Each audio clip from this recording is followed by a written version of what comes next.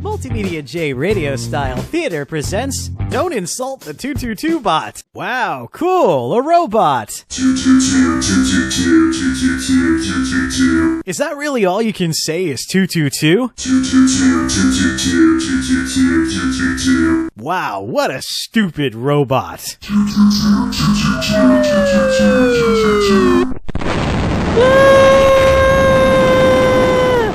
MultimediaJay Radio Style.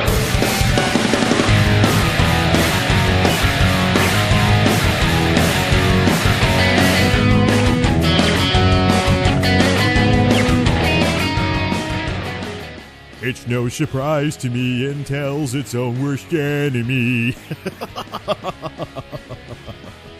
Can't help but think of that old lit song as I have recently watched AdoredTV's video about how this has not been a good week for Intel. And indeed, I can concur with him, but for very, very different reasons. I actually left a comment. Something I don't do a lot. But usually I'm either, talking, discussing, agreeing, or, having some fun. I don't really get too negative in the comments because it's really not, it's fruitless to really go crazy with the comments like that. But, I can understand why Intel has had a rough week, and I expect them to have a lot more rough weeks. So let's talk about what's going on with Intel and how Intel is its own worst enemy here on MultimediaJay Radio Style for Friday, February 10th, 2017. Can you believe it, folks? I am still not 100% over that cold from weeks ago, and the last symptom is the annoying cough. So I'm still going to sound rough. Woohoo! Gotta love winter, because this is the only time this crap happens. Nonetheless, we persist. Now, as usual, AdoredTV did his, usual research to come up with a very coherent argument by picking apart recent company releases at Intel, recent news stories, as well as Intel's current product lineup. But I can tell you right now that Intel is headed for some seriously rocky times without needing any of that. Consider the picture that was used as the image for this radio-style podcast here. This is a Dell Optiplex 9010, an Ivy Bridge era former business tower powered by a Core i7 Ivy Bridge. This sucker is on eBay. Buy it now with Windows 7 for $200. Now compare that to what an i7 system would cost new, and now consider that there's phenomenons going on like Sandy Bridge gamers and whatnot, where people are taking older processors from Intel, like the Sandy Bridge and the Ivy Bridge, overclocking them to 4.5 gigahertz, or even not even overclocking them, just using them as is, and pairing these processors up with a modern graphics card and making so-called console killers on the cheap by simply refurbing a former corporate mini tower like this one. I have seen video after video on here using the Intel Sandy Bridge i5. Now, I'm actually curious about the i7 Sandy Bridge version of this tower, and last week, not that long ago, I saw a buy it now on eBay of the Sandy Bridge predecessor of this Optiplex right here. Buy it now with Windows 10 for $200. I missed it, but after tax time, I'm going to be keeping an eye on eBay to see if I can pick up one of those old Sandy Bridge towers with Windows 10 and make that into the new Dellosaurus. Granted, I still have the remains of the original Dellosaurus, but with the mechanical issues in that case, it's going to take a little bit of creativity to ever have any hardware in that thing again. I'll keep it around in case there's ever a time when I'm up to the challenge, but in terms of having something called the Dellosaurus that I tinker with and make, have as a regular feature on this channel, I seriously think I would like to get the Sandy Bridge i7 version of this Dell tower and basically make that into the new Dellosaurus if I can get Windows 10 on it. But even with this Ivy Bridge, running Windows 7 out of the box, 200 something, even if I buy a Windows 10 license for $100, you're talking about a $300 i7 machine versus what does it take to get an i7 machine new? That's the thing. I don't think I could even find an i7 completed tower to buy off the shelf for anywhere close to the $300 mark. And I'm talking in the other direction here, way the heck up there. So, and that's one of the things too that people were confused about when I built Monolith. They were like, they thought I spent a ton of money. No, I didn't. Matter of fact, the cost of upgrading from Tuxedo to Monolith was basically the same as when I upgraded Tuxedo to the 1090T. It's just the march of time brings down prices, and I happened to catch a sale with the i7s only being $20 away from their i5 counterparts during the Skylake days. You had a $300 i5 Skylake and a $320 i7 Skylake. So you went from 3.4 gigahertz to, or it might have even been K non-K2, but you went from 3.4 gigahertz to a 4 gigahertz base speed, even without any overclocking, and I could still get an overclock-friendly motherboard if I really wanted to ever overclock this Skylake, but I think it'll be fine at even the stock clocks, because you figure the non-K is at 3.4, the K version is at 4 on the nose, that's 600 megahertz. So it's 600 megahertz. That's actually better than what I managed to squeeze out of the Phenom 2 in Tuxedo. Nonetheless, though, that still doesn't mean that I don't want to compare the Skylake to something like a Sandy Bridge. I'm actually very, very curious about such a thing. I've heard about the Sandy Bridge gamers phenomenon, where people with Sandy Bridge systems are doing everything possible to make that technology stay as relevant as possible for as long as possible. However, I would like to try the Sandy Bridge i7 and compare it to Monolith in that respect, if I'm going to be comparing gaming performance on a console killer Delosaurus of sorts. Now, let's talk about how all of this applies to the whole thing with Intel. Why am I saying Intel is its own worst enemy? Well, look at what we're looking at here. You know, this is an i7 tower, Ivy Bridge era, and it's 200 with Windows 7. You put Windows 10 on it, you get up to the 300 mark if you don't use a gray market site. And you get an i7 system for 300. Meanwhile, I used to think that the Asus M series with an AMD A8 or something like that for 300 something was a bargain last year. And Dad's Lenovo, which is an i3 Haswell, was 200 something.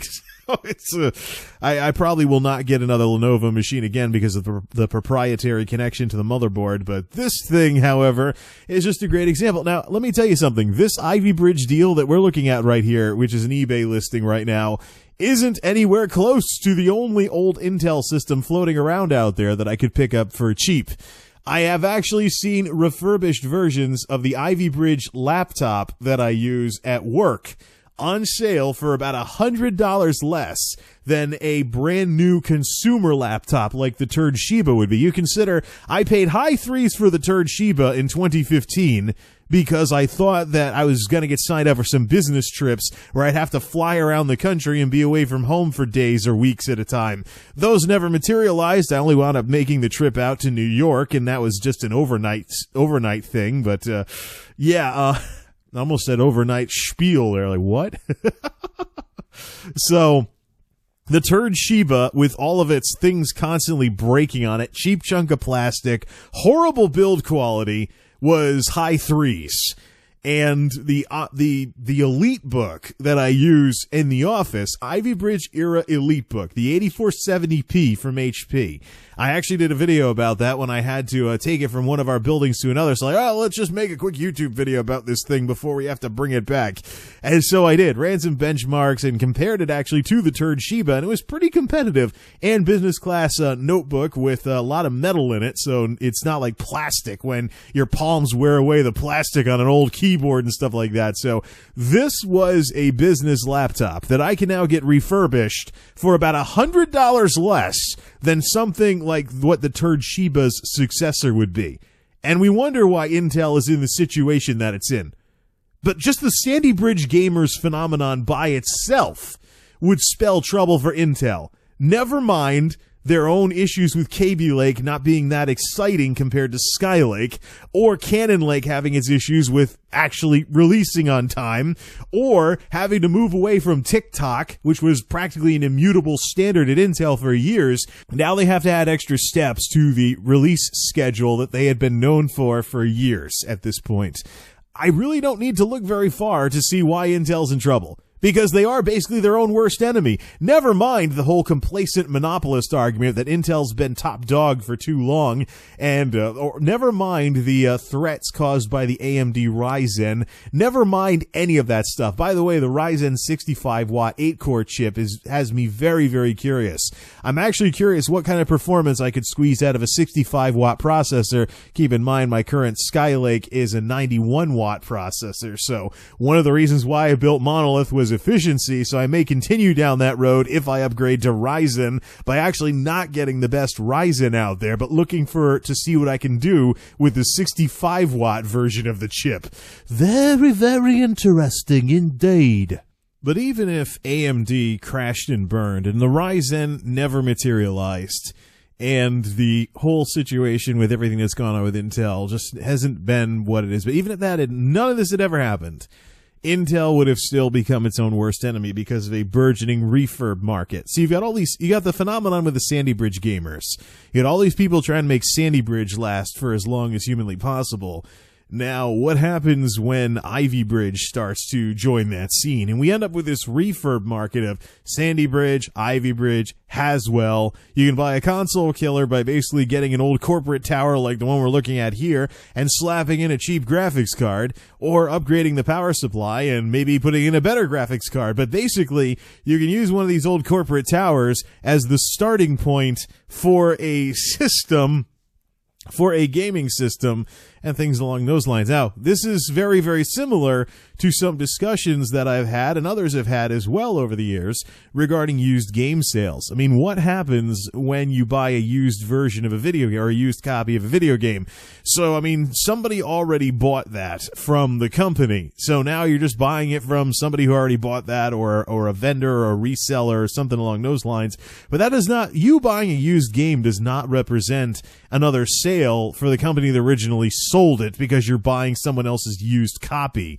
And this is actually what, back when the Xbox One first came out, there were actually folks talking about, will there be used games in 5 years? Are there even still going to be games on physical media? The used game market doesn't have much of a future. GameStop's going to go down.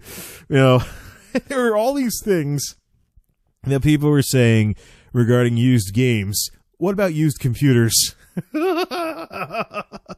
I'm absolutely serious. If you can find a decent vendor on eBay and pick up a Sandy Bridge tower or an Ivy Bridge tower, hey, maybe even Haswell will be joining the fun later on. It won't be overclockable, but it's a start. Just find something that can take a graphics card and a RAM upgrade to 8 gigs. So it's, can you build a gaming system that can play modern games at decent frame rates around 60 FPS with a Sandy Bridge or an Ivy Bridge tower?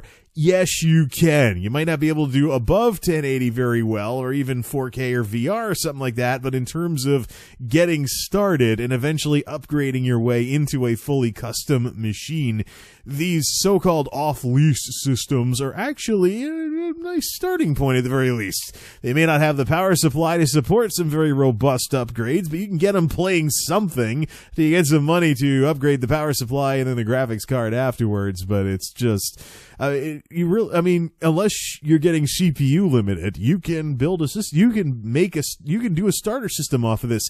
And where is Intel going to see any of your money if you're just picking up an old retired corporate machine and turning it into a gaming PC? Where is Intel going to see any money from that?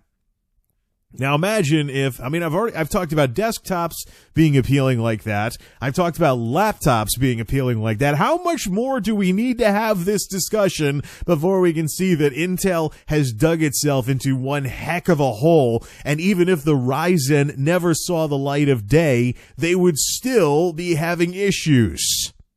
I don't think there's really much more that needs to be said. Go ahead, I dare you. Poke around eBay. Pretend you don't have any computer to play games on and you want to start somewhere cheap. And you're crazy enough to, according to some people anyways, to take an off-the-shelf system and put a graphics card in it, and then eventually upgrade your way back to a real machine that's all you, baby. Just look around eBay. Look at the Sandy Bridge i7 towers. Look at the i5 tower. Then look around YouTube. Look at the people who've taken one of these Delosauruses, usually the i5 2400, and they've made a gaming machine out of it. I'm actually curious about the i7 version because of hyper-threading and stuff like that, but look for someone who took a retired corporate Dell Optiplex tower and turned it into a game box of some sort. And you will see exactly why and how Intel could have run into trouble even if AMD had never decided to try to make a comeback. This is the world we live in, and this is the world that we're heading to. Eventually, Haswell will join the fun, and then eventually Skylake, as crazy as it sounds right now. But I think even when Ivy Bridge joins the fray, with all of these machines floating around out there looking for new homes, that's when we're going to see more videos on YouTube. Oh, look, I took an Ivy Bridge machine, I made a game box out of it that does 1440p. And, I mean... Just don't tell Jay's 2 cents. He kind of got roasted back when he went with a 3770K instead of a 4770K. I remember his video about that. But, you know, the time is fast approaching when you could buy a refurb and make a game box out of it easily and worry about turning it into a system that's completely your own later. And what does that mean to Intel? What does it mean when the refurbs start looking appealing and folks who want to, you know, do the green thing and keep old computers out of landfills start deciding to pull a Greenham Gaming or a Druaga or something like that and taking one of these old machines and trying to make it dance? We have the cult of Sandy Bridge. As I've discussed earlier, it's only a matter of time until there's a cult of Ivy Bridge, and so on and so forth. I mean, the Ivy Bridge refurb version of my office laptop looks very appealing to me, unfortunately. I want to try a Raven Ridge laptop to see how well it functions as a console killer. So I will suppress those desires to buy one of those refurb EliteBook Ivy Bridges for now, and set my sights on the upcoming launch of Raven Ridge for the next time, for the Turd Shiba's successor. But as it is right now, it's just, this is the world we live in. It's just, if you don't believe me, watch more YouTube, because there's plenty of YouTubers out there with projects like the Potato Masher and of course the incredible i5 Dell over on Greenham Gaming, and all these people taking these otherwise trash systems and truly turning it into a technological version of one man's trash is another man's treasure. Something to think about. Intel is in the situation that it's in because even if the Ryzen wasn't a thing or any of this stuff, they would have eventually become their own worst enemy. Sadly, it was inevitable, but that's what years of not very exciting changes to things can do in the way the market has been with PC hardware over the last several years. Thanks for listening, everybody. Till next time, this is MultimediaJay signing off. Thanks for stopping by.